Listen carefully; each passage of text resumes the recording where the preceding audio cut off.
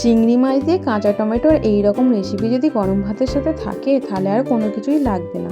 খেতে দুর্দান্ত হয়। আর রেসিপিটা আমি কিভাবে বানিয়েছি সেটাই তোমাদের সাথে শেয়ার করব বন্ধুরা। তোমরা স্কিপ না করে পুরো ভিডিওটি দেখো, আশা করি তোমাদের খুব ভালো লাগবে। সৌমি ব্লগ অ্যান্ড কিচেনে আবারও সবাইকে স্বাগত আর অনেক অনেক ভালোবাসা। তোমরা সবাই কেমন আছো? সবাই নিশ্চয়ই খুব ভালো আছো। আমিও তোমাদের ভালোবাসায় খুব ভালো আছি। চলো তাহলে বন্ধুরা তোমরা দেখতে থাকো রেসিপিটা আমি কিভাবে বানাচ্ছি আর কি কি উপকরণ আমার লাগছে। দেখো এখানে আমি কাঁচা টমেটো নিয়ে নিয়েছি, আর এখানে দেখো একটা গামলায় করে আমি জল নিয়ে নিয়েছি। জলের মধ্যে কাঁচা টমেটোগুলো আমি দিয়ে দিলাম। এবার কাঁচা টমেটোগুলো আমি গোটা ভালো করে ধুয়ে নেব, ধুয়ে নিয়ে তারপর কাটবো। বন্ধুরা তোমাদের কাছে একটাই রিকোয়েস্ট করছি, তোমরা যখন ভিডিওটি দেখবে তখন একটা লাইক দিয়ে দেখা শুরু করবে, আর ভিডিও শেষে একটা মিষ্টি করে কমেন্ট করে দিও। আর তোমাদের মিষ্টি মিষ্টি কমেন্ট আমায় নতুন নতুন ভিডিও করতে উৎসাহ করে। আর তোমরা যেভাবে ভালোবেসে পাশে আছো সেভাবেই ভালোবেসে পাশে থাকো। এই দেখো টমেটোগুলো আমি এইভাবে কেটে নিচ্ছি। আর খুব বেশি সরুও করব না, খুব বেশি মোটাও করব না, আর বেশি গলে গেলেও ভালো লাগবে না। একটু গোটা গোটা থাকলে তবে খেতে ভালো লাগবে, তাই খুব বেশি পাতলা করলাম না। দেখো এইভাবে টমেটোগুলো আমি সব কেটে নিয়েছি। এবার দেখো আমি একটা ছোট সাইজ আলু নিয়েছি, একদম ছোট্ট সাইজ। এবার দেখো আলুটা আমি কেটে নিচ্ছি। একটা কথা বন্ধুরা, সবাই সবার পাশে থাকলে তবেই সবাই এগিয়ে যেতে পারবে, তাই সবাই সবার পাশে থাকো, সবাই সবাইকে সাপোর্ট করো। আমার পাশে সবাই থাকো, সবাই সাপোর্ট করো, আমিও সবাইকে সাপোর্ট করব। দেখো আলুটা এইভাবে একটু সরু সরু করে কেটে নিলাম, খুব বেশি সরু করিনি, এরকম করে কাটলাম। তোমাদের মিষ্টি মিষ্টি কমেন্টগুলো যখন পড়ি আমার ভীষণ ভালো লাগে। তোমাদের মিষ্টি মিষ্টি কমেন্টের আশায় সবসময় আমি থাকি। দেখো আলুটা আমি কেটে নিয়েছি। এবার দেখো আমি একটা ওলকপি নিয়ে নিয়েছি, ওলকপিটা আমি কেটে নেব। কাঁচা টমেটো দিয়ে এই চিংড়ি মাছের রেসিপিতে ওলকপি দিলে খুব ভালো লাগে খেতে। তোমরা চাইলে নাও দিতে পারো, ওলকপিটাও স্কিপ করে দিতে পারো। শুধু কাঁচা টমেটো আর চিংড়ি মাছ দিয়ে করলেও রেসিপিটা খুব ভালো হয়। ওলকপি দিয়ে খেতে বেশি ভালো লাগে, তাই আমি একটু ওলকপি দিচ্ছি। আর ওলকপিটা দেখো এইভাবে সরু সরু করে কেটে দিচ্ছি। আমার রেসিপি তোমাদের কেমন লাগে বন্ধুরা আমাকে কিন্তু অবশ্যই কমেন্ট করে জানাবে। আর ভালোবেসে পাশে থেকে সাপোর্ট করার জন্য সবাইকে অনেক অনেক অনেক ভালোবাসা। আর অনেক অনেক বড়দের প্রণাম, ছোটদের অনেক অনেক ভালোবাসা। আর তোমরা এইভাবে ভালোবেসে পাশে থেকো, ভালোবাসা ছাড়া কোনো কিছুই সম্ভব নয়। দেখো ওলকপিটা কেটে ভালো করে ধুয়ে থালার মধ্যে তুলে নিলাম। দেখো ওলকপি, কাঁচা টমেটো, আলু আমার কাটা হয়ে গেছে। এবার কয়েকটা কাঁচা লঙ্কা আমি চিড়ে নিচ্ছি। এবার দুটো পেঁয়াজ কুচিয়ে নেব। আর তেমন কোনো কিছু মশলাও লাগবে না, আর কোনো কিছু লাগবে না। ঘরে থাকা সামান্য কিছু উপকরণ দিয়ে রেসিপিটা হয়ে যায় আর খেতে দুর্দান্ত হয়। দেখো সব কিছু কাটা আমার রেডি হয়ে গেছে। এবার আমি চিংড়ি মাছটা ছাড়িয়ে নেব। দেখো চিংড়ি মাছটা আমি নিয়ে নিয়েছি। এখানে 250 গ্রাম চিংড়ি মাছ আছে। চিংড়ি মাছটা এবার ভালো করে ধুয়ে নেব। দেখো চিংড়ি মাছটা ভালো করে ধুয়ে পরিষ্কার করে নিয়েছি। এবার আমি চিংড়ি মাছের খোসাগুলো ছাড়িয়ে নেব। চিংড়ি মাছ তো সবাই খোসা ছাড়াতে পারো, এইভাবে খোসাগুলো ছাড়িয়ে নিতে হয়। মাথায় একটু ময়লা থাকে আর পিঠের দিকে সরু সুতোর মতো একটা ময়লা থাকে, সেটা বের করে দিতে হয়। এইভাবে চিংড়ি মাছ ছাড়াতে হয়। চিংড়ি মাছ তো সবাই ছাড়াতে পারো। এইভাবে সব চিংড়ি মাছগুলো আমি ছাড়িয়ে নেব। এই সময় চিংড়ি মাছটা বাজারে খুব কম পাওয়া যায়, তেমন একটা ভালো চিংড়ি মাছ পাওয়া যায় না, তাই চিংড়ি মাছটা খুব একটা বড়ও ছিল না, খুব একটা ছোটো ছিল না, মিডিয়াম ছিল। দেখো এইভাবে সব চিংড়ি মাছের খোসাগুলো আমি ছাড়িয়ে নেব। দেখো এই চিংড়ি মাছটা আমার খোসা ছাড়ানো হয়ে গেল। সব চিংড়ি মাছগুলো এবার খোসা ছাড়িয়ে নিচ্ছি বন্ধুরা। দেখো সব চিংড়ি মাছের খোসা আমার ছাড়ানো হয়ে গেছে। এবার দেখো এতে সামান্য পরিমাণে হলুদ গুঁড়ো দিয়ে দিলাম, সামান্য পরিমাণে লঙ্কা গুঁড়ো দিয়ে দিলাম, আর পরিমাণ মতো নুন দিয়ে দিলাম। এবার মাছের সাথে সব কিছু ভালো করে মিশিয়ে নেব। চিংড়ি মাছ দিয়ে যে কোনো রেসিপি ভীষণ টেস্টি হয়, খেতে দুর্দান্ত হয়। দেখো চিংড়ি মাছের সাথে সব কিছু ভালো করে মিশিয়ে নিয়েছি। চলো তাহলে বন্ধুরা রেসিপিটা শুরু করা যাক, আর তোমরা দেখতে থাকো। দেখো এখানে গ্যাস জ্বেলে কড়াই বসিয়ে দিয়েছে, আর কড়াই গরম হয়ে গেছে। কড়াইতে আমি সর্ষের তেল দিয়ে দিলাম, আর রান্নাটা আমি সর্ষের তেলেই করব। তোমরা চাইলে রিফাইন তেলেও করতে পারো। দেখো তেল গরম হয়ে গেছে, আর গরম তেলের মধ্যে আমি চিংড়ি মাছগুলো দিয়ে দেবো।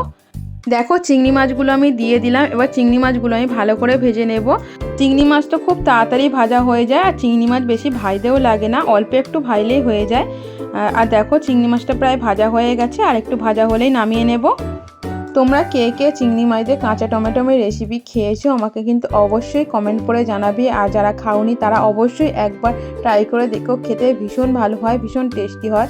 দেখো চিংড়ি মাছটাও ভালো করে ভাজা হয়ে গেছে। চিংড়ি মাছটা আমি একটা প্লেটে তুলে নিচ্ছি। দেখো দেখো সব চিংড়ি মাছ আমি তুলে নিয়েছি। এবার দেখো কড়াইতে আবার সর্ষের তেল দিয়ে দিলাম। এবার কেটে রাখা কাঁচা টমেটোগুলো আমি গরম তেলের মধ্যে দিয়ে দেব। দেখো কাঁচা টমেটোগুলো আমি গরম তেলের মধ্যে দিয়ে দিচ্ছি। দেখো কেটে রাখা কাঁচা টমেটোগুলো আমি দিয়ে দিলাম। এবার টমেটোগুলো ভালো করে ভেজে নেব। ভেজে তুলে রাখলে রেসিপিটা ভীষণ টেস্টি হয়, খেতে ভীষণ ভালো লাগে। তোমরাও বন্ধুরা একবার এইভাবে বানিয়ে দেখো, তোমাদেরও ভীষণ ভালো লাগবে। দেখো টমেটোটা মোটামুটি ভাজা হয়ে গেছে, আর একটু ভালো করে ভেজে নেব।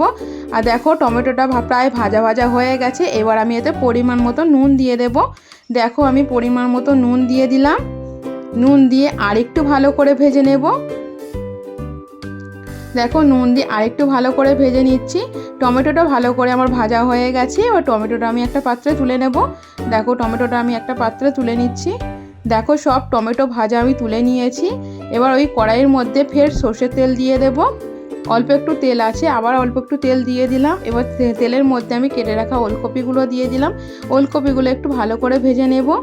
নতুন কোনো বন্ধু যদি আমার রেসিপিটা দেখে থাকো তাহলে আমার চ্যানেলটি সাবস্ক্রাইব করে পাশে দেখো, পাশে থাকা বেল আইকনটা ক্লিক করে রেখে নোটিফিকেশনটা অবশ্যই অল করে রাখবে, তাহলে আমি যখনই ভিডিও ছাড়বো তোমাদের কাছে পৌঁছে যাবে। দেখো ওলকপিগুলো একটু ভাজা ভাজা হয়ে গেছে। এবার কেটে রাখা আলুগুলো আমি দিয়ে দিচ্ছি। দেখো কেটে রাখা আলুগুলো আমি দিয়ে দিলাম। আলুগুলো ওলকপির সাথে ভালো করে ভেজে নেব।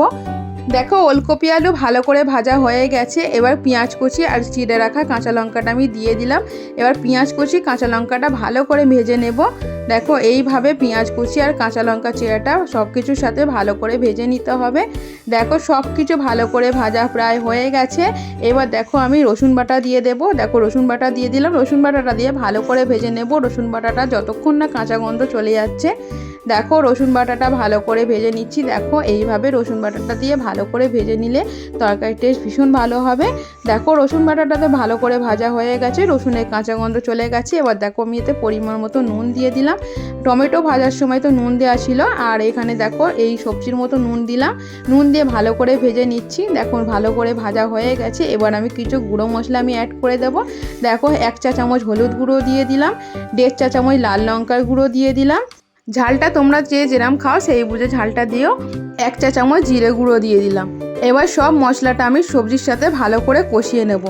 এইভাবে সবজির সাথে মশলাটা ভালো করে কষিয়ে নিতে হবে। দেখো সবজির সাথে মশলাটা প্রায় আমার কষানো হয়ে গেছে, আর একটু কষানো হয়ে গেলেই আমি জল দিয়ে দেব। দেখো সবজির সাথে মশলাটা পুরোপুরি কষানো আমার হয়ে গেছে। এবার আমি পরিমাণ মতো জল দিয়ে দেব। যেহেতু ওলকপি আলু খুব বেশি মোটা করিনি, সরু সরু করেই কেটেছি, তাই বেশি জল দিতে লাগবে না, অল্প জল দিলেই হয়ে যাবে। আর টমেটোও বেশি গলে গেলে ভালো লাগবে না, তাই জলটা অল্প পরিমাণেই দেবো আলু আর ওলকপি সিদ্ধ হওয়ার মতো। টমেটোটা আমি একটু পরে দেবো। ওলকপি আলু একটু সিদ্ধ হয়ে গেলে তারপর আমি টমেটোটা দেবো। এখন ঢাকা দেবো না, এইভাবে কিছুক্ষণ একটু ফুটিয়ে নেব। একটু ওলকপি আলু একটু সিদ্ধ হয়ে গেলে আমি টমেটোটা দিয়ে দেব।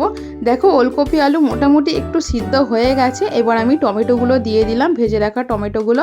দেখো টমেটোগুলো সব কিছুর সাথে ভালো করে মিশিয়ে দিলাম। এবার ভেজে রাখা চিংড়ি মাছগুলো আমি দিয়ে দেব। দেখো ভেজে রাখা চিংড়ি মাছগুলো আমি দিয়ে দিলাম। চিংড়ি মাছগুলো ভালো করে তরকারির সাথে মিশিয়ে দেব। এইভাবে নেড়ে চেড়ে দিয়ে চিংড়ি মাছগুলো তরকারির সাথে ভালো করে মিশিয়ে দিতে হবে।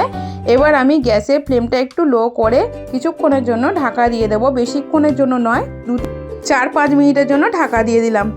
4-5 মিনিট পর ফিরে এলাম। ঢাকাটা খুলে দেখবো তরকারিটা আমার পুরোপুরি রেডি হয়েছে কিনা। দেখো সব কিছু সবজি আমার সিদ্ধ হয়ে গেছে পুরোপুরি। তরকারিটা মোটামুটি রেডি হয়ে গেছে, আর একটু হলেই হয়ে যাবে। দেখো চিংড়ি মাছ দিয়ে কাঁচা টমেটোর রেসিপি আমার পুরোপুরি রেডি হয়ে গেছে। এবার তরকারিটা আমি একটা পাত্রে নামিয়ে নেব। আর রেসিপিটা কেমন লাগলো অবশ্যই আমাকে কমেন্ট করে জানিও বন্ধুরা। সম্পূর্ণ ভিডিওটি দেখার জন্য সবাইকে অসংখ্য ধন্যবাদ। সবাই খুব ভালো থেকো, সুস্থ থেকো, সাবধানে থেকো। আজকের মতো ভিডিওটা আমি এখানেই শেষ করলাম। আবার দেখা হবে অন্য কোনো রেসিপির সাথে বা অন্য কোনো ভিডিওর সাথে। আজকের মতো টাটা।